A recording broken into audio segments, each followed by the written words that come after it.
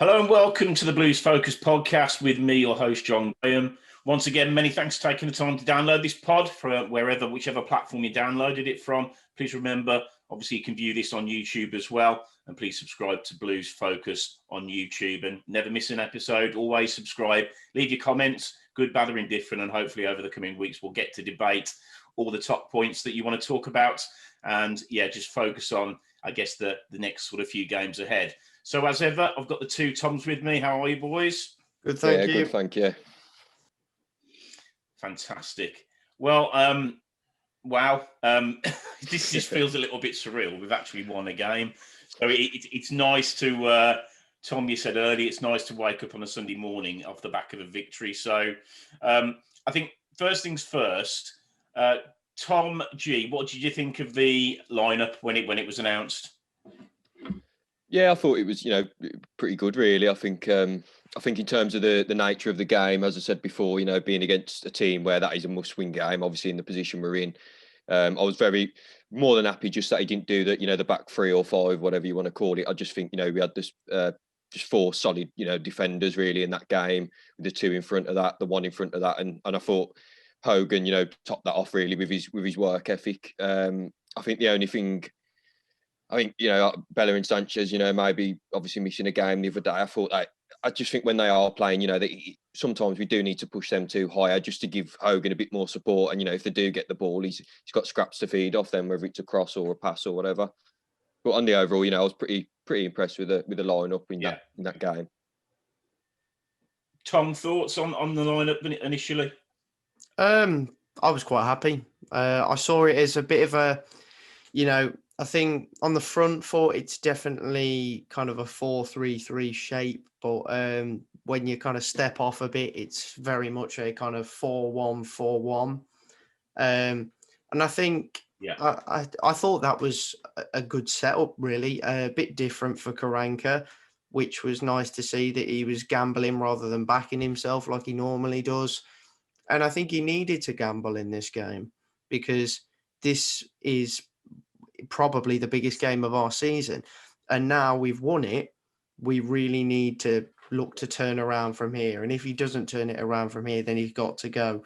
But I've got a little bit of faith in me now that we can kind of bounce from here and start to pick up a few more wins. And if we do that, then great. But I tell you what, the win overall will be great for the boys' confidence. But I was happy with the lineup because I think the right players were selected for the job, particularly, your Gary Gardners. Yeah. I thought Christian Pedersen really stepped up. JCS was a brilliant selection and, that paid dividends in the end.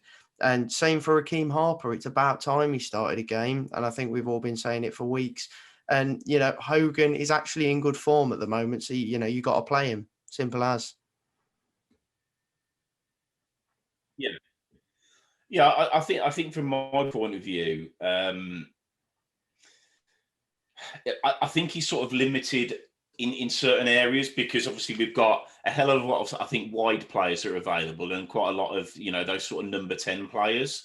And I think outside of that, it's becoming quite difficult to make those wholesale changes. Having said that, he's been very reluctant not to play San Jose. And obviously he didn't play in this game, which I think he's showing a capability of. And he's done the same with Clayton, even though they're sort of his players.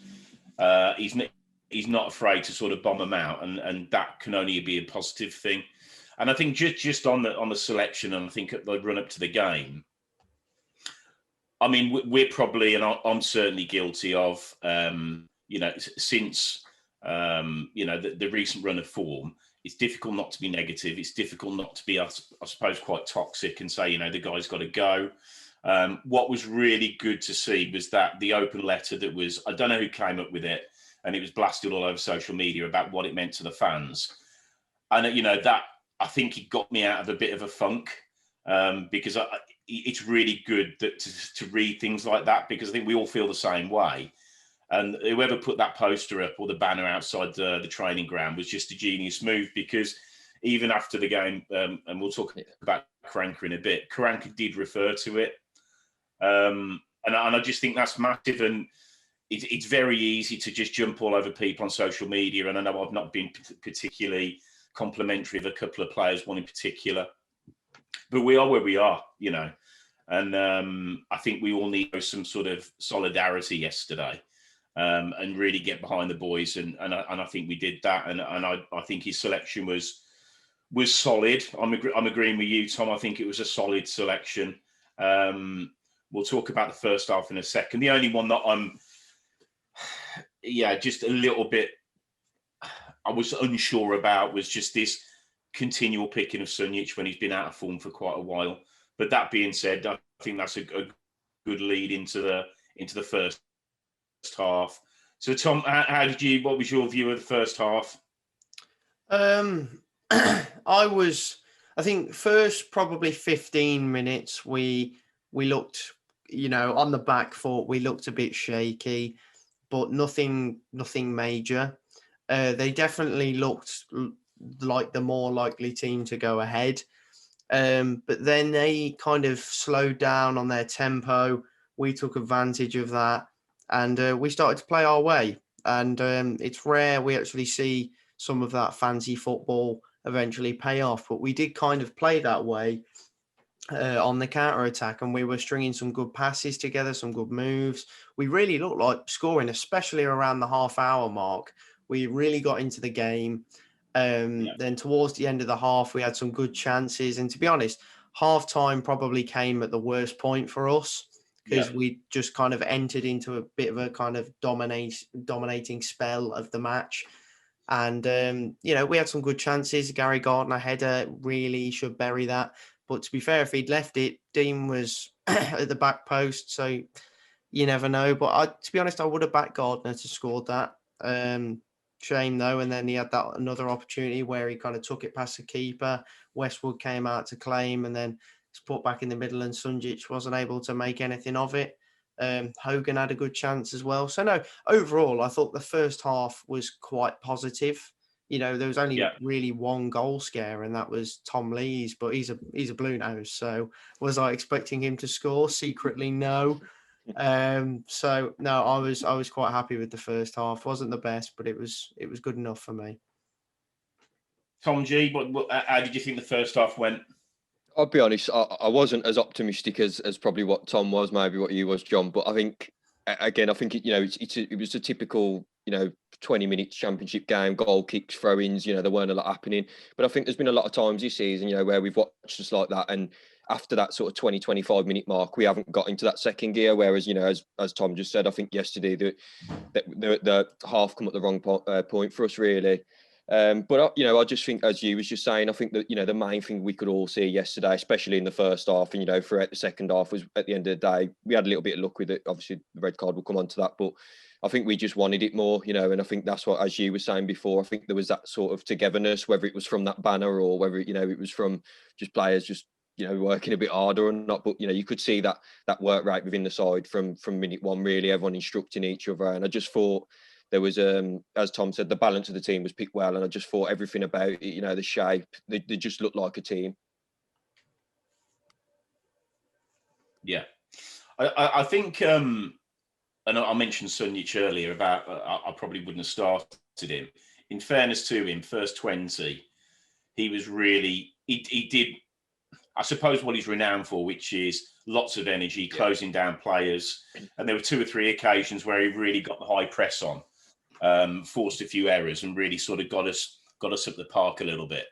But I think the key moment for me was on the half-hour mark, because I remember sort of making a note about it. Harper, thank God we have him, because without him, we're done. He took 3 players out in the middle, literally just by just by being brave on the ball. As I said, I've said, a few weeks ago, people that can get on the half turn, be brave, back themselves. And, ever since Clifton Belt left to, when Harper has now started a couple of games, we've now got a centre midfielder. Yeah. And you know what? It's going to be absolutely huge. And the thing is, by him doing what he did, and I believe really grabbed the game by the scruff of the neck, and I haven't seen a Blues player do that for a long, long time. Completely dictated play, picking the ball up off the centre halves, dropping in deep, always available, always wanting it. And I can promise you, lads, if he keeps that run of form up, then I think we're in a good place. Yeah, I do. We just need, I think it's just, we need to make sure that as a team, we need to, I agree with you, Tom G. I think for the first 20 minutes, it was just a bloody, war of attrition, wasn't it? It was just a bit of a nothing game.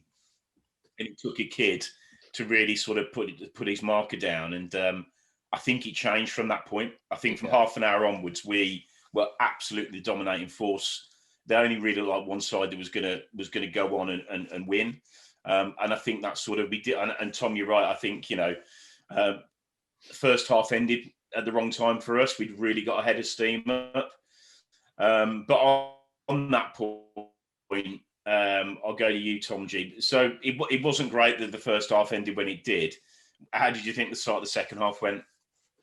Yeah, I mean, I think we come out and probably first 5-10 minutes again was a little bit scrappy, but obviously we've got the goal. I think it was 63 minutes or something, and I just think obviously the sending off was massive in that game. But again, in terms of where we went in the second half after we went 1-0 up, I mean, I think that's probably the only criticism I could have is I'm not a fan of we've seen it a lot of times in football where teams play some normally bigger teams sit back and they will score eventually, and I felt like we brought that pressure on ourselves yesterday with the substitutions he made. I can see why he did it. It was a must-win game, but I think in terms of, I think we'll probably speak about it more in a bit, but Neil Everidge, he was the man for me in that game. Really, I think it was a massive save at the end. Really, that give us 3 points. But as I said before, I think we deserve that little bit of rub of the green for a change. And as I said in the first half, it was similar. We dug in and we stuck there, and when we just looked resilient. But like I say, a few squeaky bum time moments at the end as always. Yeah, absolutely. Tom, similar thoughts or anything to add from a second half point of view? Yeah, very similar. I felt that probably second half they actually came out the better of the two sides for the first 5 minutes. I thought Sheffield Wednesday really looked like they had fire in their belly, and then I think they ran out of steam because they just went full throttle. And after that, we came back into the game again, had a decent spell. Then the red card happened, and I actually thought that we were worse after the red card. We weren't playing as well as we were, but we caught them on the break, and Halilovic was at the heart of that break. Got into good space, picked out a good pass in Bella. Bella puts in a very dangerous kind of mid-range kind of cross. And it was perfect for Hogan. It's the sort of delivery that Hogan's been crying out for weeks. He gets into those good positions, those areas that defenders don't expect him to go into. And Bella, we all know the ability he has when it comes to crossing a ball. He can do it. And on his day, I'd say he was the best crosser of the ball in the side. Him and Sanchez have both got that ability, but especially Bella, because we saw it so much last season. And it paid off, and we got the vital goal. Substitutions were worrying because it was like, oh no, San Jose, Roberts, will he switch to a 5 at the back? We've done this before. There's a reason why we've dropped 21 points from winning positions this season. And I don't know, I wasn't happy at the time, but they worked out in the end. Which, it was rare, but it did work. And I thought Mikel San Jose, someone who had a point to prove in particular, came on and really had an effect on the game defensively. I thought his relentless pressuring of anyone on the ball coming towards our final third in the game was fantastic. His commitment was brilliant. It was good to see him using his energy in the right way, because I think we've all kind of criticised how tired he can get sometimes. But yeah, and then Roberts was all right, did his job. So no, it was good second half, and we got 3 points. Yeah, I think from my point of view, always big on giving people credit when it's due. And I think the manager made a really good call when he brought Halilovic on. Yeah. Because when they went down to 10, and again, from my point of view, I said before we started the pod, lads, if that second one's a booking, then Christ, my career would have been very short back in the day. But I think it's the word intent, isn't it? Now he's taken the ball clean. He's taken the player. So I suppose this day and age it is a second yellow and away you go. So as I said, the substitute he made in Halilovic was very, very good because we needed somebody that was going to try and take advantage of having the extra man. And pretty much straight away when he came on, he made that darting run. He looks so good with the ball at his feet. I mean, it's a joy to watch. And I don't think we'll ever see it, but I would like to see a sort of a Harper and Halilovic centre mid partnership. I think it'd just be absolutely phenomenal. And we play some unbelievable football, but I suppose let's one step at a time. Hogan, we said it before, since the Man City game, he's been a revelation. And if he keeps his goal scoring form up, he does. I mean, we know that he scores in bursts. And along with Harper, he's going to be, an absolute vital cog if we are going to survive, then it'll be Hogan scoring, I don't know, maybe another 6-8 goals from now to the end of the season. So lots of positives. I was massively disappointed with the substitutions. Yeah. Tom G, you're absolutely spot on. Well, both of you said it.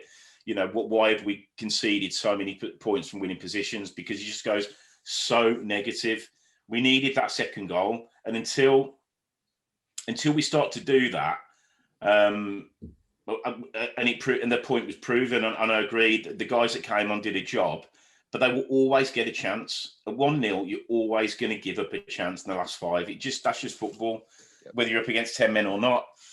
And lo and behold, as soon as Jordan Rhodes came on, I thought, I just don't want to watch this because he's such a good goal scorer.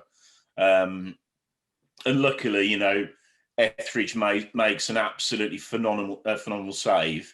Didn't have to do a whole heap most of the game, but fair dues to him. He earned his money yesterday just with that one save. And I hope that maybe, I don't know whether it will give Karanka a little bit of a wake-up call to say, look, when we go 1-0 up and we dominate in the game, when they're down to 10 men, let's go for the jugular. Yeah. Let's go and get a second and a third. Yeah. I don't think that's his mindset. I don't think we're probably going to change that. But I do worry, and we'll talk about Norwich coming up in a minute. But if you go 1-0 up against Norwich and you're dominating the play, you can't then go defensive because they'll just bury us. So I don't want to get on a downer because, fair play to everybody involved yesterday. They stepped up. I think they listened to a lot of the support that was given over sort of Friday, Saturday morning. And that looked a proper Blues team. Gardner got involved. And I've got to say, I said to you yesterday, lads, the utter shithousery that was going on in the last 5 minutes was a joy to watch. I mean, Gardner's gone down in the corner flag like he's been. And that's happened to us so many times. When we're chasing a game, when we're 1-0 down, and it was just refreshing to see us adopt those. How can I put it? Just game management. Let's put it that way. And the more of that, the better. In my book, I wish I'd have been there because I love stuff like that. Probably says more about me, to be fair. But anyway. So let's maybe rate the players because we did it a couple of weeks ago, and truth be told, I think it's certainly in the Luton game. I couldn't bring myself to do it.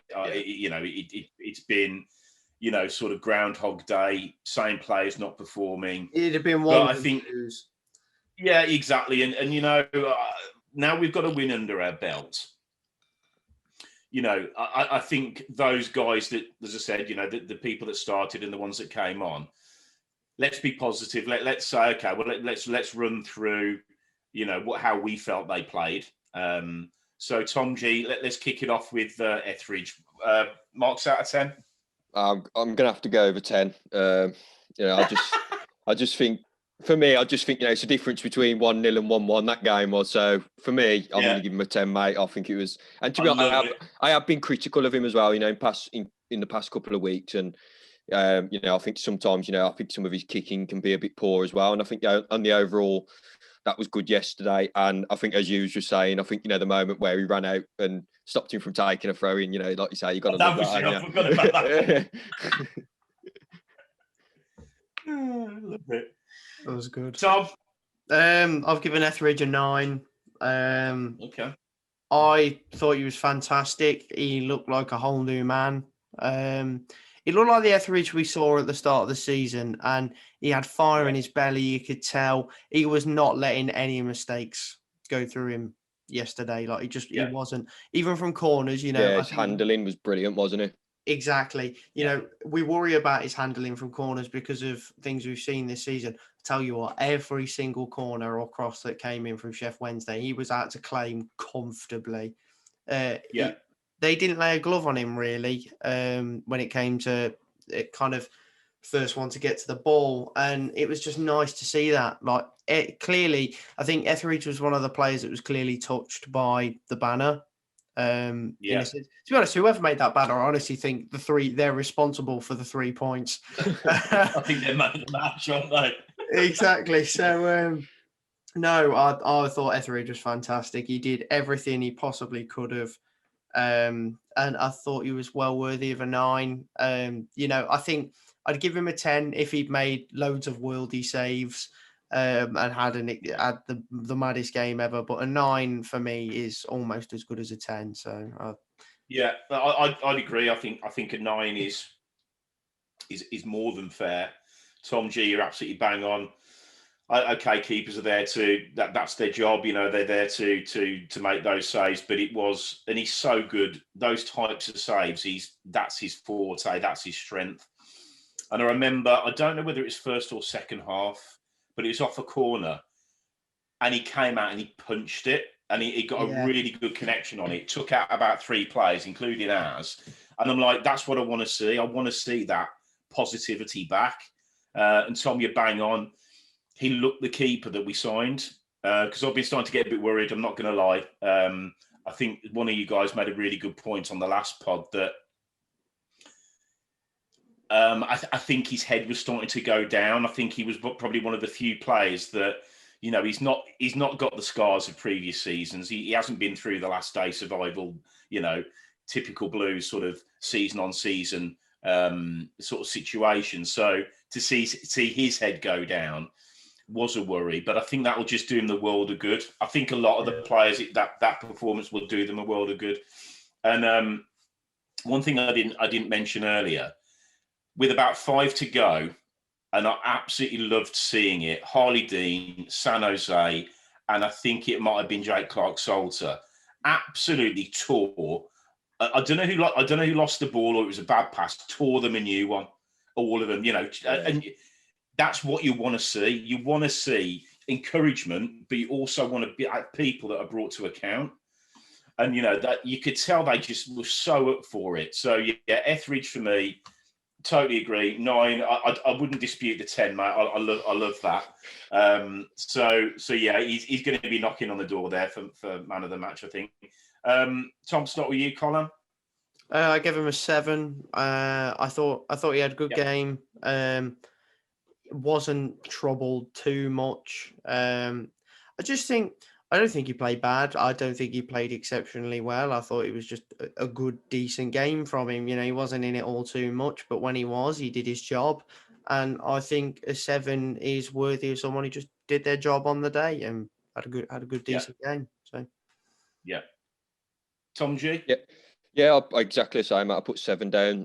There's only, I think the 7's probably the least I've given any of the players today, and there's only a few of them. And I think, as Tom just said, really, I just think, he wasn't outstanding. He wasn't poor. He was just, I think as the others did, they all just dug in, didn't they, and did what they had to do. Yeah. No, I'm with you. 7 for me as well. I do worry. I know I've said it ad nauseum on many pods. I do think he's exposed a lot by Sanchez cutting in. I just think he doesn't know whether it's a stick or twist. It just leaves a massive pocket of space. And I do think that it's affecting his performances because with Bella, you know what he's going to do. So, on the other side, Pedersen pretty much knows that he can keep a real good shape left back. He knows what he's doing. If he wants to get forward, that's his prerogative. But I I mean, I really like Colin. I think he's been a really good player for Blues. So for him, he's one of those players that I do think, again, it'll do him the world of good.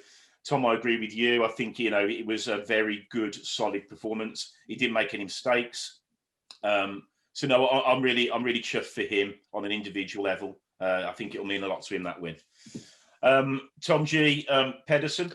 I've gone with 9, mate, for Pedersen. I think again, I think he was the pinnacle of probably one of the 3 that you could really say stood out in terms of work rate and just desire. And I think that picture I've seen yesterday, I don't know if you two have seen it after the end of the game. Where he's just like, I mean, that just says it all, doesn't it? In that picture, really. And I think he was probably the first player to show that he'd seen the banner or whatever as well. And I think he was probably the instigator of that, judging on that performance yesterday, showing other people.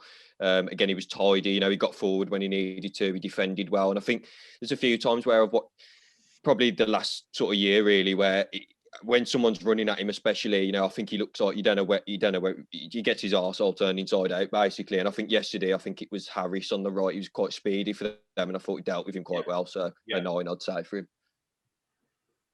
Top man, Tom. Same for me. I went 9. I thought, especially early on, Harris looked so dangerous, straight from the off. And I think, even when we played Sheffield Wednesday last season, it was Harris who scored the equaliser for them under Monk. I think Harris is probably one of their main threats, and we did really well to neutralise him, Pedersen in particular, and I think he earned his money that day.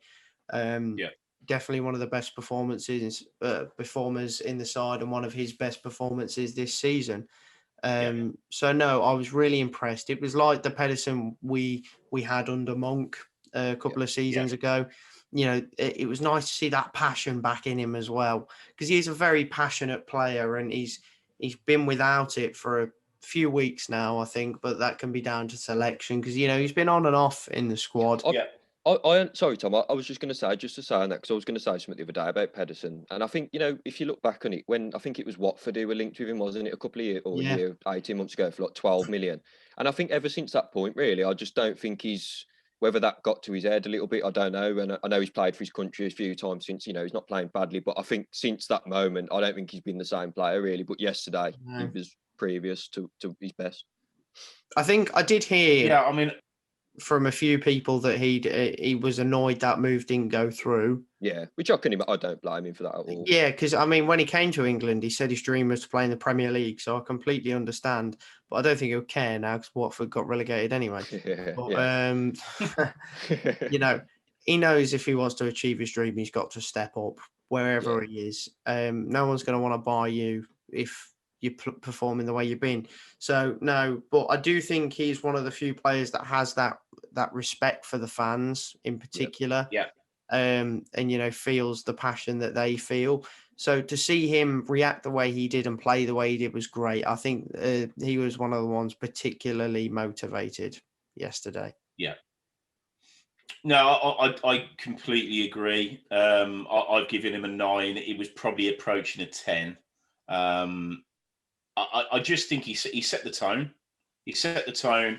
The lad that he was marking, apparently listening to the commentary, which was I was watching it on iFollow. God almighty, so biased. I know the Sheffield Wednesday supporters, but I turned it off in the end. I couldn't listen to it. But before I turned it off, they were saying that Harris has been by far their standout player over their run of good form. And Pedersen cleaned him out first 5. And it's fair play. He kept coming back for more. But that, for me, is Pedersen's real strength. And as I said before, there weren't many occasions yesterday where he was bombing on. And I think that's the problem when he does that. I much prefer him to be a bit more pragmatic and sit in this shape, do what he's good at, which is good positional sense. He's got a bit of pace about him. He's not shy putting a tackle in. And I just... again, another player that needed a performance like that, because I think it'll do him the world of good. He's going to be going into that Norwich game thinking, I don't really care who we're playing against. We've got this. So, really pleased, and I'd agree. He's definitely a fan's favourite, because when we've spoken, been lucky enough to speak to a lot of ex-players recently. a lot of them have been fan favourites because they're just 100% merchants. They'll always put a shift in, and Pedersen is absolutely front and centre there. And I agree, his form has been in and out a little bit, but this is the problem now. A lot of those players yesterday set a pretty high bar for themselves, and there's no good just doing it once. We've got to see it now until the end of the season. So, but as I said, I think he was very much worthy of a 9. So fair play to him. Tom G, Jake Clark, Salter. One of the three, mate, I was talking about, I think I've given him a 9 as well. I thought he's been brilliant. I think since us three started doing this together back in January, I think we've all said it since then, really. I think after the back end of last season, why I know he's had injury problems, as we said, but why he's been sat on the bench for so long, I don't know. I think I said it to you two yesterday. I feel like he's probably one of the only centre-backs we've had in a long time where you feel quite comfortable with him coming out from the back at times if someone can drop back and cover him, because he's brilliant on the ball. I think he's really good in the air as well, and I think he showed that a few times yesterday. He doesn't look the strongest of defenders, but he definitely holds his own, and I think he was superb yesterday. Yeah, Tom, what do you think? Completely agree with Tom. I thought JCS was fantastic yesterday. Probably one of my man of the matches in particular. I've given him a 9. I was just really, really impressed. He looked comfortable.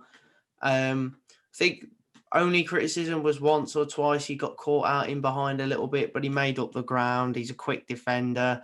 So no, I was very impressed by his overall performance. He made himself big and strong in one-on-one situations and just really steadied the defence a bit and brought a bit more energy to our back line. Yeah. And I think we've really been lacking that. So no, I think we've all been saying for weeks that we wanted JCS back in that squad because there's a reason why he's at Chelsea. Right, there's a reason why he was captain of the England under 23s. You know, it's you don't get these things if you're not good. So I think we've been crying out for him to play, and he's finally been brought into the side, and his performance has merited his selection. And if he's not selected on Tuesday, I will be gobsmacked. But hopefully he is selected. And I haven't jinxed it, but no, solid performance from JCS and one of the particular players I'd have picked out as man of the match. So yeah, 9 from me.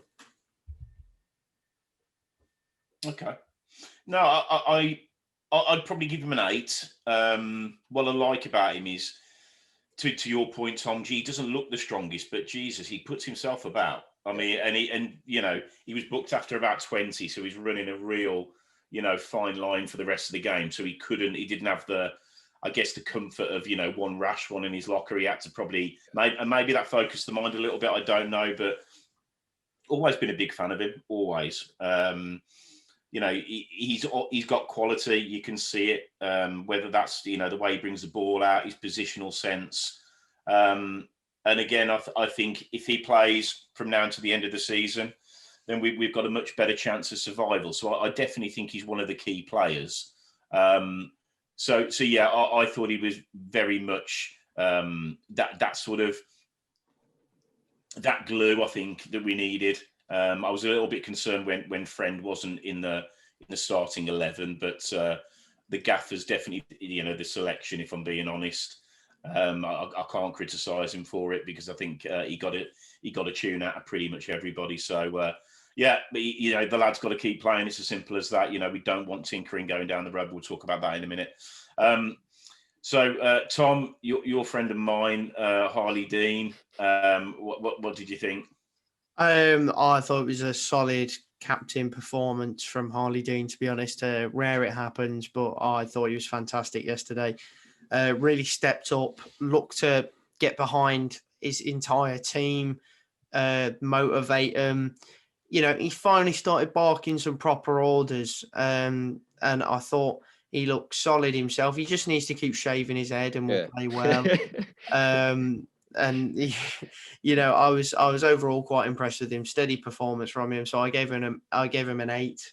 I don't think he was as good as JCS or had quite the same impact, but I thought he did his job, but he did it in a very very exceptional manner. And I thought he couldn't have done much more, to be honest. I think there was a few times where he lost aerial battles in the box.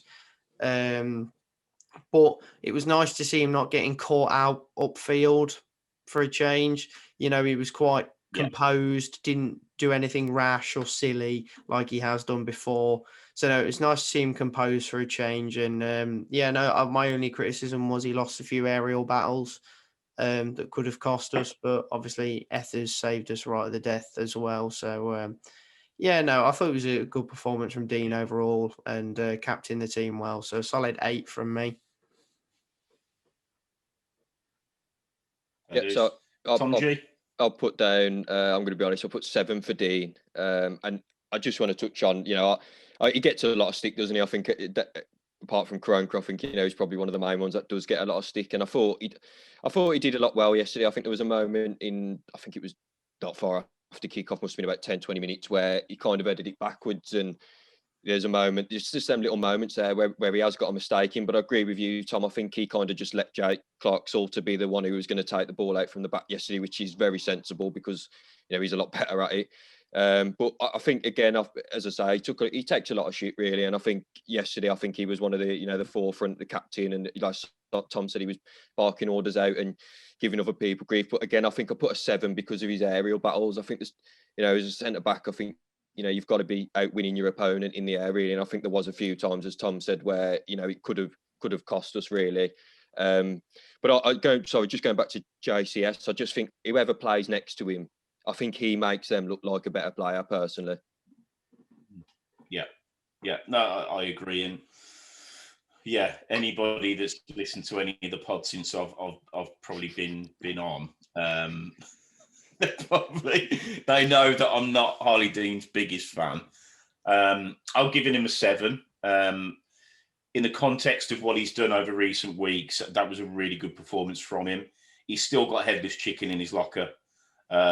He wasn't man possessed, which is great. You could see that he was bang up for it, but there is a fine line between having that sort of desire and passion, but still doing your job. But I'm not going to criticise him. I thought, for a change, his post-match interview was really good. Just really good to hear, because he comes across as a bit of a miserable bastard at times, even when we're winning. And I just think that maybe he's giving his head a bit of a wobble, and he's like, right, we're in this, whether we like it or not, and we've got, and he's the captain. And Karanka's proven one thing: he's going to pick him regardless. So it certainly, from my point of view, I probably need to. I'm not going to change my view necessarily, but as I said before, credit where it's due. Did he play well? Yeah, I think he did. He's not the biggest centre half. I don't think he's 6 foot. And the thing is, when Jake Clarke-Salter goes up for a header, and there was a couple of occasions, not only does he win them, but he leaves one on the player as well. Yeah. Whether that's intentional or not, but the attacker knows that he's in a game. And I think at times with Dean, he can just, if you're not winning those battles, then just sort of human nature, the attacking side think, okay, well, we've got one here. We'll keep sort of, I guess, focusing on that potential weakness. But no, I am really happy for him. The criticism isn't necessarily personal.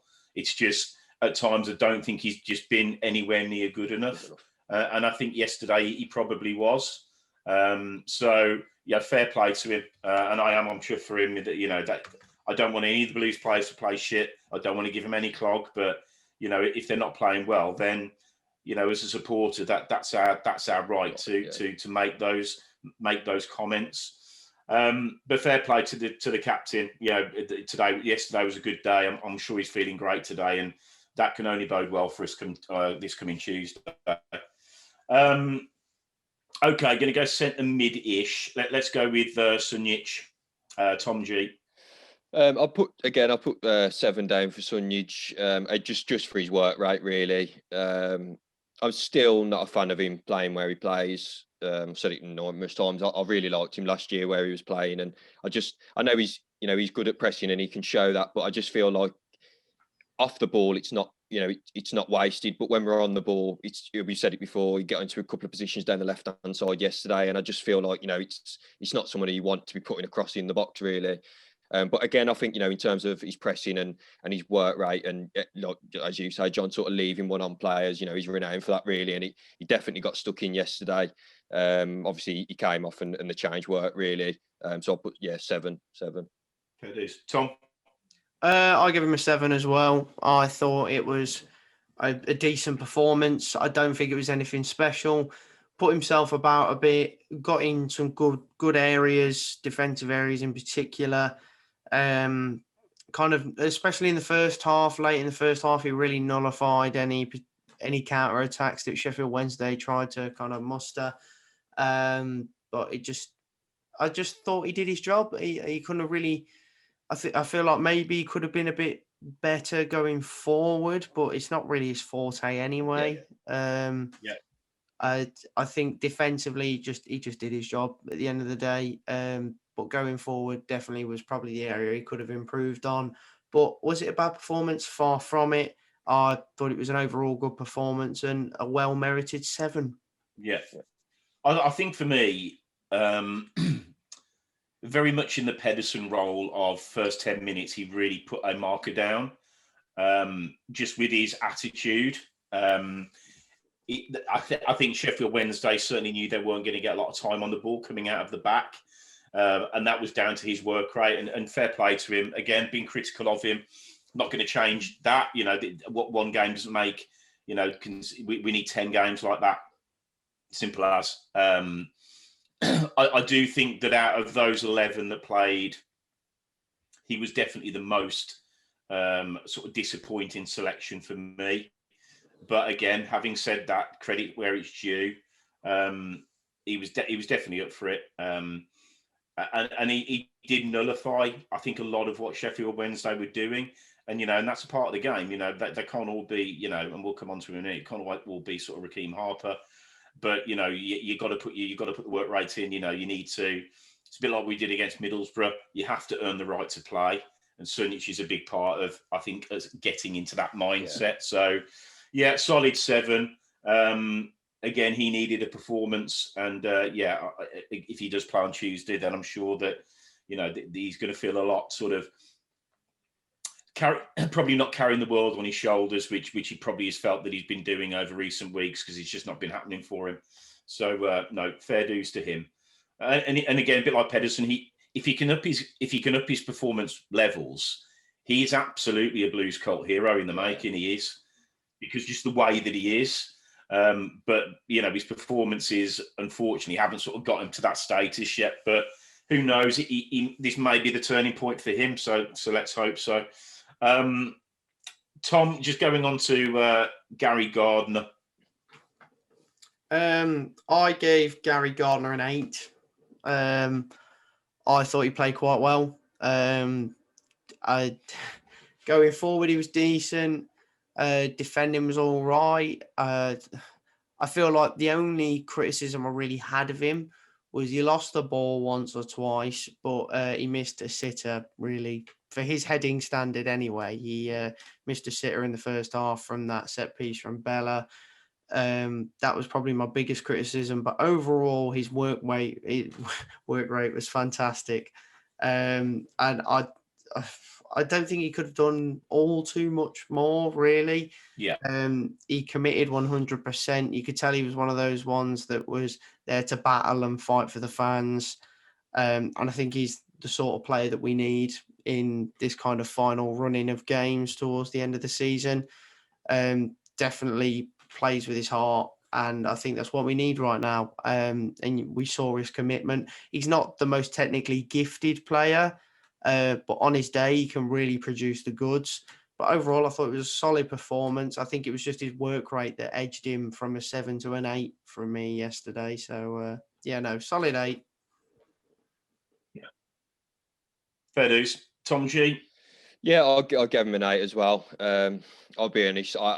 There's been times where he has been picked, regardless of the last 2 weeks, where I've never really wanted him in the side. But I think the situation we find ourselves in, definitely over the last 3 or 4 games, he's probably been one of the better players. Obviously, kind of wears his heart on his sleeve kind of play. Not scared to get stuck in. As Tom said, I think his ability does let him down at times. He tried it a few times where the ball was on yesterday to Sanchez, and I just think if he got it once, I think, and Sanchez got fouled, but that ball was on a lot more. And again, I think I'm guessing Crank has liked him, as Tom said, to put his head on and from crosses and corners and just get into the box to support Hogan, really. And I think there's sometimes where, I'd rather see someone like, as we said before, Halilovic in there. But I think in terms of where we are at the minute and, what he did yesterday, and I just think to top it off at the end, as you said, John, running into the corner, a bit of a FIFA style moment to piss the other team off. And I thought that was brilliant. And yeah, so I've given him an 8 as well.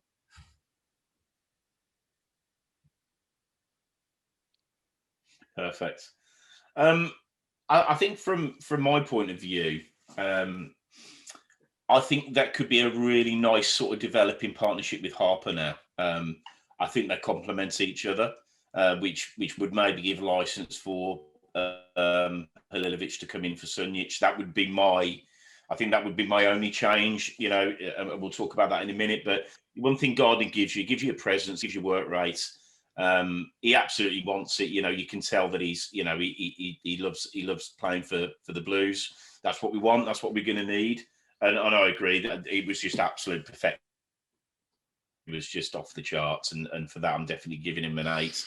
I'm a massive fan of it. I hate it when it happens to us, but we haven't been in that position for a while where we're defending a 1-0 lead with sort of 3 or 4 to go, and when he sort of fell on the ball and the guy sort of maybe brushed his knee and he sort of went down like, he'd been snapped in half, and on comes the physio. Absolutely brilliant. Like, we wasted about 2 minutes. Love every second of it. So I do like him. Get both your points around limitations. He isn't the most dynamic, but I think that he does get about the park a lot. And again, I think they were poor because of performances like him and Sunjic, where they do a lot of work that goes unnoticed. But no, I like him. I like him in the team. So I'm chuffed for him. Again, as a Blues fan, he's waking up today like we all have, thinking, do you know what? A little bit of hope, maybe. So no, a big fan of his, and I hope he continues his sort of recent form. Next up, start with you, Tom. Rakeem Harper. I mean, where do I start, really, with Rakeem Harper yesterday? I made it quite clear on my Instagram story yesterday what I thought of him. The best midfielder in the world. Nothing else needs to be said. I feel like those words are just the words I'm just going to leave there. I gave him a 9.5. 9.5. You know what? The reason why he didn't get that 0.5 for a 10 was because he got caught out at the back post from 2 corners.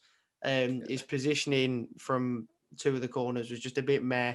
He was in that back post area, didn't really kind of, I suppose, challenge his man all too well. So I don't expect it to be in his forte, but that was just those little areas, little mistakes that kind of put me off giving him a 10. But 9.5 overall was well merited. He controlled the game in the middle of the park.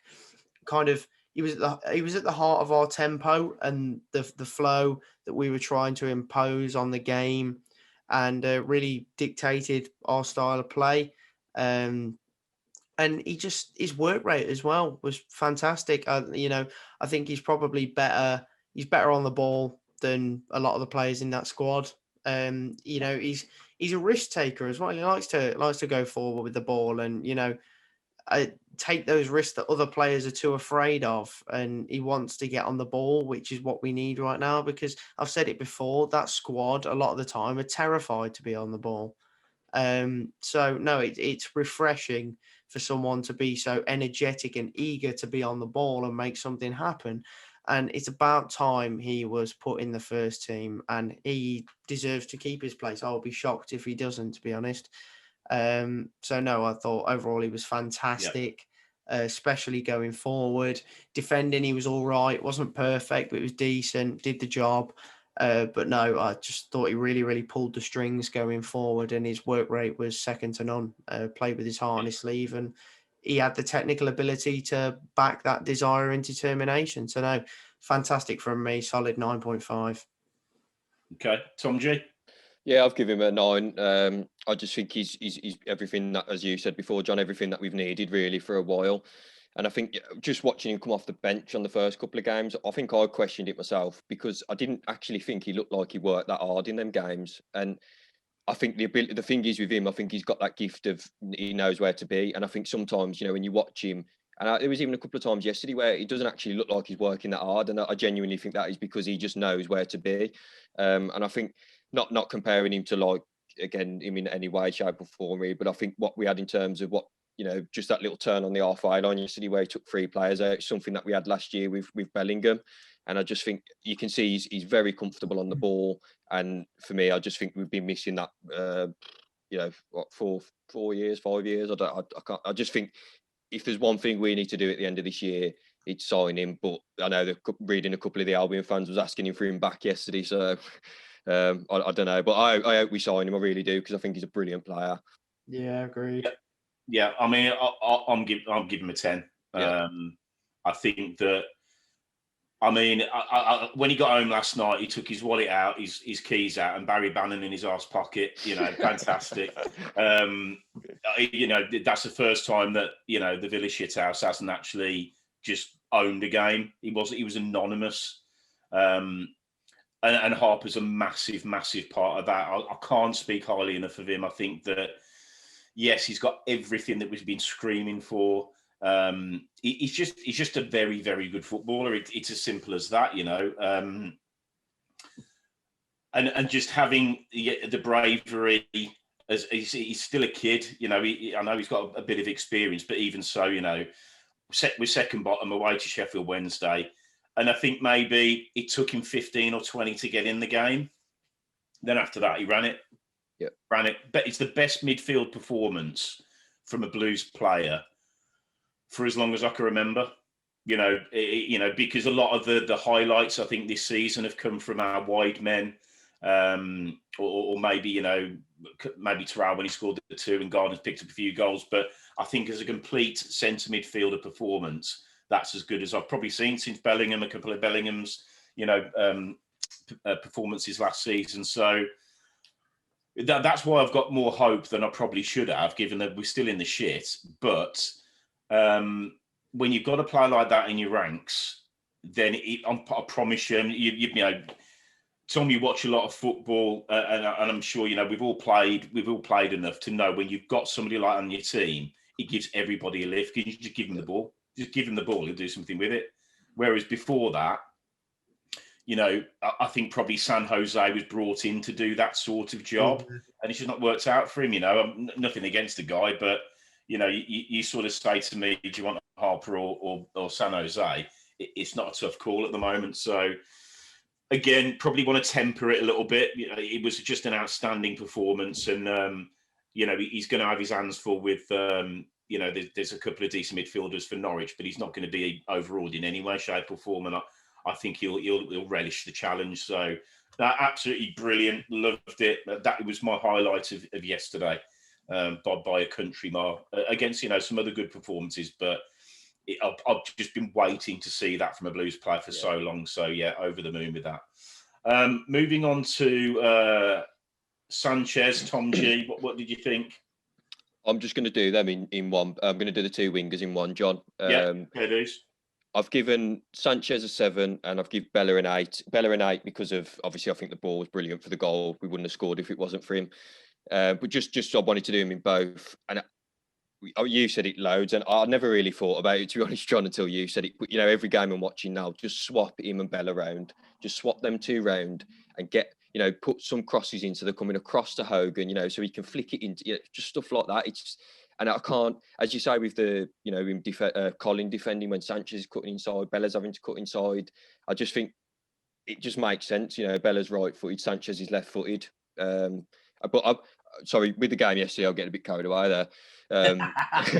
I thought that was both just, again, a bit like a Dean or a Colin. I just thought, they're both putting a good performance, but I do think they're wasted because of cutting inside.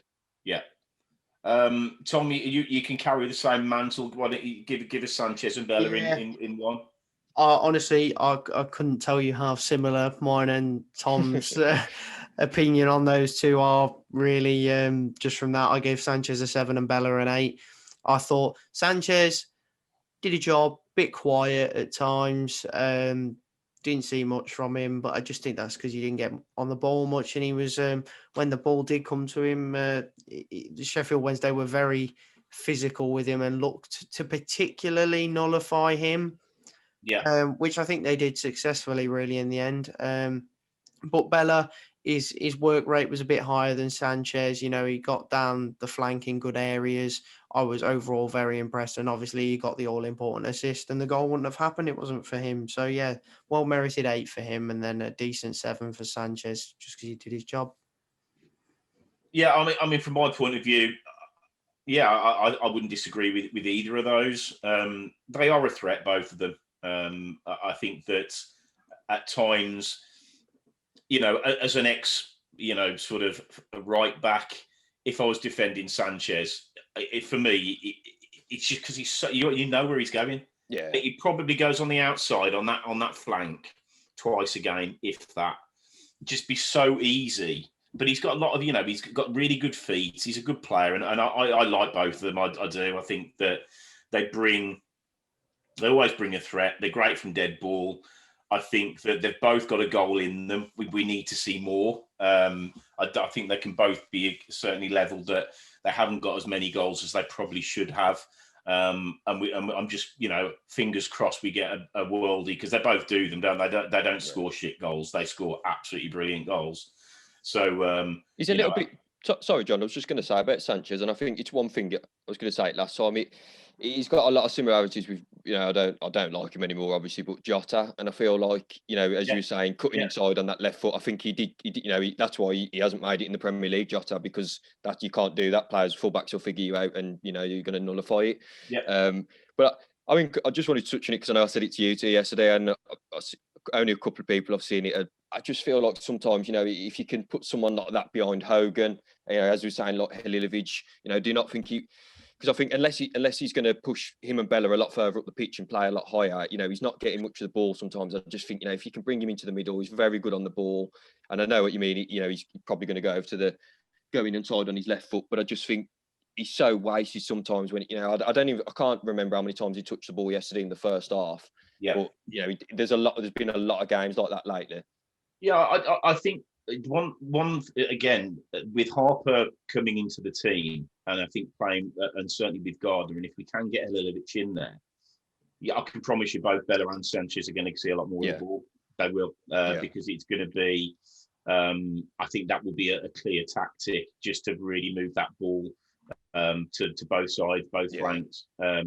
So I think they've got a big part to play. I think they're both good, very much worthy of their positions in the team. I wouldn't want them out. Again, Tom G, I've obviously converted you into getting him on the left side. But I think that is definitely worth trying. He hasn't done it really yet, so I doubt that he will. But I think the only other person that maybe gets a look in is probably Lecco on one of those two flanks, but he's been poor. He's not been the player that we hoped he would be. I mean, Christ, if he'd had the impact that Harper's had, we wouldn't be in this position, would we? So yeah, I'd agree with both of you. I think Bella 8, Sanchez 7. Yeah. And finally, of the starting 11, Tom, what did you think to Hogan's performance yesterday? No, I think Hogan was fantastic. Did his job. Like you said the other day, John, Fox in the box. And I don't think he really could have done much more. His positioning was definitely his best asset the other day. I thought he got into some really, really good, dangerous areas, and it made people like Jeremy Bella's job a lot easier. Halilovic, those creative players, his positioning makes their job easier, and if they can build that connection more, then we'll start to score more. And he's in good vein of form, and he's not really dropped that form since the Man City game. His work rate has been the biggest improvement for me. Honestly, he's constantly pressuring, he's bombing forward. I never saw this from him last season, even when he went on the good goal-scoring run of form. Like, I think one of my biggest criticisms was probably his lack of work rate and pressuring defenders. But now he's doing it. He's like he's got this whole new engine about him. And it's fantastic. And it was a great finish in the end. I think, if the cross had made it all the way through, keeper would have saved it comfortably. He's got that touch, sent it the other direction towards the centre of the goal, and we score. It's a fantastic finish. Times it well, times he's run well. He couldn't have done his job any better than he did the other day. Probably one or two chances he could have done better with, but overall, fantastic performance, and it's a 9 from me. Okay. Tom G? Yeah, I completely agree with that, and what you said before, about his performances since the Man City game. And I think maybe that, I always think that might be something to do with him last season, playing up front in a 2 with Djukovic. And I think obviously majority of the season he's played up there on his own. And I think we saw that in the early stages of the season where he was getting, really pissed off because I think he thought, I'm doing all this work on my own here off the ball. And obviously without scoring goals as well, I think, that knocks your confidence. And I just think, since that Man City game, I know we said it before, they had a little bit of there was an issue between them, and they've obviously sorted something out, because I think since then, as Tom said, his attitude's been second to none, really. It's been brilliant. And as I just said before, I just think we need to get the ball into him more sometimes. I know a lot of times when we tend to put crosses in, they're quite high, and, I don't think he's going to win that much in the air, really. He's good at sort of getting his body in between the defender to bring the ball down. But I think in the box, I think, you put it across the floor, as he did against, I think Middlesbrough was a similar goal, just fox in the box, really, get the ball into him. But I think, I'll give him a 9 yesterday again. I think probably the last 3 games, he's been one of our best players, really, in terms of work rate. Definitely. He needs to keep his trim long as well. Opposite to Ollie Dean. Yeah. I think for me, he's it's been such a bright spark for us over recent weeks. That real sort of pillar of hope, because it's one thing having where I think we've been very abject in the centre of the park for weeks and weeks and weeks. There's nothing worse than having zero confidence in your strikers. Unfortunately, Djukovic doesn't look like he can hit a cow's arse with a banjo at the moment. It's which is disappointing. He was a talisman. He was everything that was good about Blues, and I still think he has a part to play. If we need to play chase a game or do things differently, I'm sure he'll play his part. But I'm just really happy we've got. And people say he's a tapping merchant. I don't give a shit if he's a tapping merchant. If he scores 25 tappings, I'm over the moon. Exactly. All the best strikers, certainly if he's type. Gary Lineker, Christ almighty, I don't think he scored one outside the box in his whole career. So, I'll take it all day. I think, fair play to him. There's something changed massively. And he will become a Blues legend if he keeps going the way that he is. And you've only got to look, he's playing with a smile on his face. Yeah. And I levelled at him about 6 weeks ago. He was playing with a chip on his shoulder. It's gone. And I think he could be a serious, if we can just get out of this mire that we're in. He's a sort of player you build a team around. You can really hone how you attack and how you develop sort of phases of play into that final third. He's great off the shoulders of centre halves. He's a pain in the arse when he's got his head on the game. And I just think he's been superb, as we've all said since the Man City game. Something's happened, and thank Christ it has, because we're not sort of blessed with goal scorers by any shape or form, and we've got an unproven kid on the bench that this is not really the time at the moment. He might have a part to play, but in those key areas, you just got to have people that you say, okay, if he gets a chance, he's going to stick it in. And I think that there is going to be more to come. And Norwich won't fancy him. It's fact, nobody will at the moment. And that's the one thing I was going to say, sorry, John, I don't know if you picked up on it yesterday, but I was looking at him when he come off. The only thing I'd be worried about is he looked like he was hobbling a bit when he come off the pitch yesterday. I don't know if it's just because he was knackered. Yeah, shithousery. It was top level shithousery. You know what? I didn't even think of that, John. That's all the lads were doing it. Oh yeah, take your shin pads out, feel your hamstring. Yeah. Take them straight up. It was perfect. Absolutely perfect. So, I've been questioning what they've been doing at the training ground, and I think he's got them absolutely nailed when it comes to time wasting. They're absolutely fantastic at it.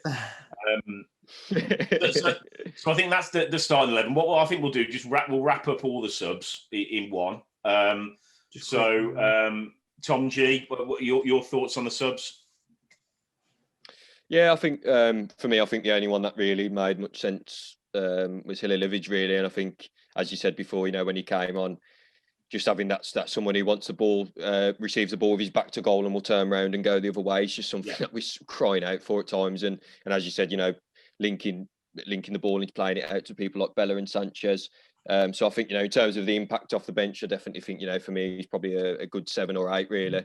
As far as the others, I think Roberts did okay when he come on. Sanyo's I did, but I just don't agree with the subs that was made. No. Other than Halilovic. Sure. Tom? Yeah, no, I thought the subs were risky, but they paid off in the end, so I can't really criticise. Halilovic in particular had a real good effect on the game, so I gave him an 8 because, I don't, again, another one of the players, I don't think the goal would have happened if it wasn't for him driving forward, getting into good areas. So, no, I was very impressed with Halilovic. His work rate was good and got into good areas and caused some problems for Sheff Wednesday, which we all know he can because his resume is very impressive. It's just been about kind of settling for him. So hopefully he can do that here. Roberts, I've given him a 7, average really, didn't really do much, but defended well where he could. San Jose, I give him an 8 because I thought his work rate was good when he came on, pressured well and got into the face of some of them Sheffield Wednesday players and made it difficult for him. So again, did his job. So no, I was overall reasonably impressed with the substitutions. At the time I questioned them, but no, they paid off, so I can't really criticise. And Lecco, I can't really say anything about Lecco. It wasn't on long enough. So yeah, no, that's from me. Yeah, I just think I wouldn't disagree with any of that. I don't think he went back to his default sort of 70 minutes, make the changes. It was for me. That's not my style. It doesn't. I don't like they're down to 10 men. The game's there for the taking. We're bang on top. We're dominating all the duels. We've got them where we want them, and then you take that sort of momentum away by the substitutions. Nothing against Robertson and San Jose. Having said that, and one of the key things for yesterday was Halilovic is what a footballer he is. Yeah. What a footballer he is. And I just hope that Karanka's got the bollocks to just get Sunjic out of there and get Halilovic in. And we'll talk about Norwich game in a second, but he's starting to do what Harper did. I mean, Harper played himself into that starting. I mean, he did, I don't know why he had to because we fucking signed him, so you play him. But it's like, whatever you do, you've got to sort of justify a selection. So Harper did it, and I think Halilovic is starting to do it because you can't keep knocking the door that he is. And there was a time yesterday where, we're probably about 25, 30 yards away from goal going forward. And he tried a pass, tried to chip it over. I think he was sort of centrally tried to chip it over to Bella on the left. And it didn't come off. And I'm like, I don't care. Yeah. Don't care. Keep doing that. Keep doing it. You give the ball away there, he's fine. So I really like him as a footballer. He's got a bit of Fabrini about him. When he was sort of put a few. Yeah, but the thing is, Fabrini, he didn't work out, but there's a footballer in there. I was going to say, to be honest, John, my shout was going to be, and I know he was a bit more of a striker, but almost reminds me a bit of how he is on the ball. Remember Zarate? Yeah. Just someone who's got that little bit of elegance about him. You enjoy to watch, isn't it? Yeah, I mean, as I said earlier, your Gardners and your Sunjic are absolutely fundamental to making a team play. But fucking hell, I don't want to see 11 of them. Do you know what I mean? I want to have a break. I want please give me a Halilovic. And when I mentioned Fabrini, it didn't work out. But anybody that watched the kid play can tell there's a footballer in there. He just didn't do it enough. And unfortunately, with those type of players, because they are flair players, unless they're real top of their game, then they are going to be in and out. But if you don't put them in at all, you're never going to get the real good elements that you might see absolutely nothing for 85 minutes, and then bang, he'll do something that nobody else on the pitch is capable of doing. And I think that he massively, he's ticking a box for me, and I just hope he gets a start and he can really put a marker down, which I think is probably a decent sort of way before we wrap it up and just have a look forward to Tuesday at Norwich. So, Tom G, would you make any changes? If so, why? And how do you think the game's going to pan out for us? I think as you said, I think if I was going to make any change, I probably would look at, taking someone like Sunjic out and then just putting Gardner there. I think, as you said, and then put, Halilovic in front, just in terms of, because I think we all know Norwich are going to come onto us. I think there's going to be a lot of space in that area for someone, whether it's Halilovic, Terrell, Sanchez, Lecco, I just think I hope he put someone in that role. I was just looking at their results quickly then. I think since they lost, I watched the game against Swansea. I think they lost 2 or 3-0 the other week. And since then, they've won 3 on the bounce. So they're definitely bang at in form, 7 points clear at the top. But as we've seen on just before the Blues game, yesterday, Coventry beating Brentford, which no one would have thought. So, there's a possibility there. Again, I think it's going to take a lot of concentration, very compact midfield. I think we're going to need Harper to play. I think, to be honest, if we're going to get a result, we're going to need him to play as well as in determination as they did against Sheffield Wednesday. But I think we're going to need a little bit more quality as well if we want to win that game. Yeah. Tom, what do you think about the Norwich game? I think he should stick with the same lineup. I've got this weird feeling we're going to win 1-0, but I'm sure when we come to review it, that won't be the case. Because we'll have won 3-0 instead. To be honest, I wouldn't change it. I don't want to risk anything. I think one of my biggest criticisms of Karanka, especially early season, was too much change. And although I do think bringing in Halilovic probably over Sunjic and then pushing either Gardner or Harper back into a deep line playmaker role, I wouldn't be against it. I'd be all for it. But I just think I wouldn't change a team that's just won a game, especially considering the rot we've just been in. I don't want to risk it. And I do think we need Sunjic in a game like Norwich, someone to F them up and get into them. Yeah. So, I think that's probably, I think the safest option would be to go with the same lineup and see what we can get out of it. I'd be delighted with the draw. Delighted with the draw. Yeah. Yeah, I think for me, I think it's been so long coming, that victory, that it doesn't make a whole heap of sense to change it. As much as I would like Halilovic to play, I don't think he'd do that, to be honest. I don't think he'd take Sunjic out. I think he because he's so defensively minded as a manager, that's what he wants. He wants that real sort of solid base. They've got some really good players in midfield, Buendia and sort of Cantwell. We're going to have our hands full with them. And obviously Pukki's, he's an absolute dynamite striker in the Championship, that's for certain. I think they're a little bit shaky at the back. I think that's probably where we can maybe sort of get involved a little bit. But, they're top of the table for a reason. It ain't going to be easy. Thank Christ we've got the 3 points behind us from yesterday, because it's only going to give us, I think we'll start the game strongly, and it's just, how it pans out. But certainly nothing to be worried about. And I think maybe with a side like Norwich, which might play into our hands perversely, would be they'll maybe give us a little bit more time on the ball than the Sheffield Wednesdays, your Lutons, your Wickhams, your Covs. I think now we've got somebody like Harper, and we've got, Bella and Sanchez, good footballers. You give them time, they can damage you, they can do a lot of damage. So I hope that is the case. As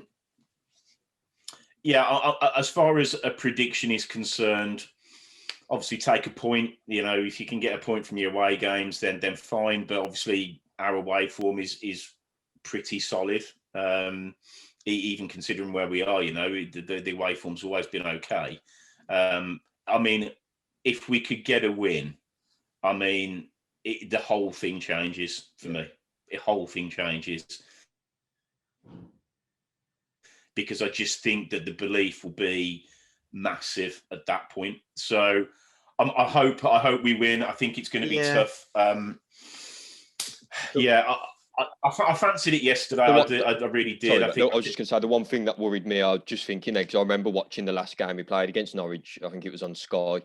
And if I remember rightly, I might be wrong here, but I think that was probably the worst game we played all season. And they won 2-0. And I don't even think we had a shot in that game. We didn't create anything. And I remember, because I was sat here and I think I drank about 5 cans while I was watching it. I was bored. And it could have been 4-0, and I just feel like if the one thing you can't do tomorrow, and I think, sorry, I did say about Sonny's not starting, but I think if there's one thing that I probably would like, it is, as Tom said, the same team and just get into them. Don't sit back. Don't allow them that time to come onto you like we did in the last game, because as you said, they've got more than enough quality to punish you. Yeah. Yeah, I was just going to say quickly, I remember the last time we played Norwich, we actually contained them at 0-0 for 85 minutes. Yeah. So, it was when Dean, I think it was Dean who got sent off. That was when it fell apart. And I thought that performance in particular was a great defensive performance, poor going forward. We did nothing to them going forward. But honestly, I think if we could contain them for, 60, 70 minutes. I just don't think if we're going to win that game tomorrow, we're going to have to score twice, because I don't think Norwich are going to not score against us. And I think if we looked, I just feel like if we look to contain them for 60, 70 minutes, probably 60 minutes, bring on Halilovic, maybe even Leko, and just go for them. I think, or I'd take the approach of going for them straight for the off, but that can be quite risky, especially if he plays a high line, which I dread. I hope he plays a deep line because it never works. I feel like I wouldn't be against going straight at them because I don't think they'd expect it. But Norwich win a lot of games 1-0. There's a common pattern, and that's the way they like to play. So I just think we should contain them, frustrate them, and then see if we can nick something. But I'd settle for a point. I really would. And a clean sheet at home would be massive, especially against Norwich. We just need to keep building up the confidence, and the results will come. Yeah. And I think probably to sort of wrap it up, even there's a difference between containing, I think, how we've sort of tried to contain teams probably like last time we played them.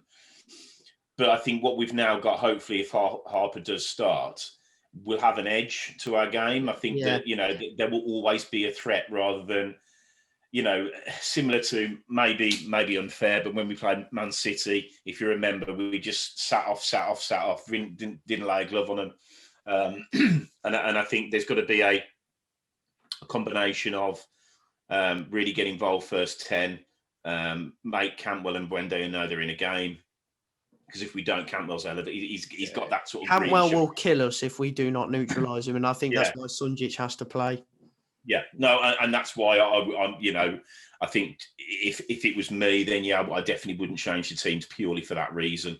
But I think so. From my point of view, I'm going to go one each, and I'd take that. I'd be happy just to keep that bit of momentum going from Saturday. Tom G, what prediction for the game? I don't know what to say, John. I want to say 1-0 Blues, but I'll say 2-1 Blues. I'm going to say we're going to score 2 goals for the first time since God knows when. and Tom, you sticking with your 1-0? You've been, to be fair to you, mate, you've been saying it for the last sort of 48 hours. So you're staying with that.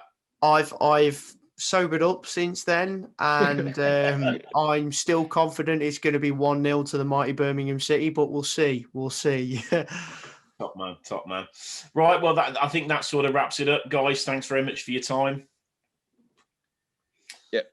No worries. And let's hope next time we sort of we go through the sort of the review of the performance, it's in a similar sort of vein that this one's been. Obviously it's so good and so gives everybody such a lift just getting those 3 points, and let's hope we can get another 3. But we will see. But between now and then, everybody.